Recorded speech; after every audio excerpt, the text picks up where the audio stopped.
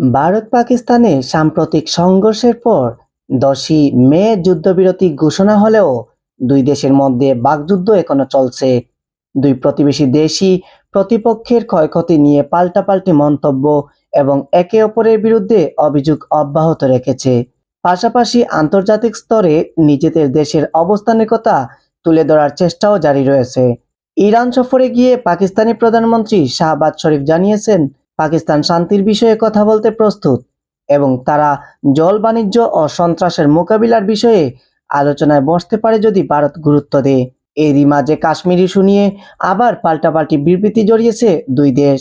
ভারত আরও একবার নিজেদের পক্ষ স্পষ্ট করে বৃহস্পতিবার জানিয়েছে, পাকিস্তানের সঙ্গে আলোচনা হলে তা সন্ত্রাসবাদ নির্মূল করা এবং পাকিস্তান শাসিত কাশ্মীর ভারতের অন্তর্ভুক্ত করার বিষয়ই হবে।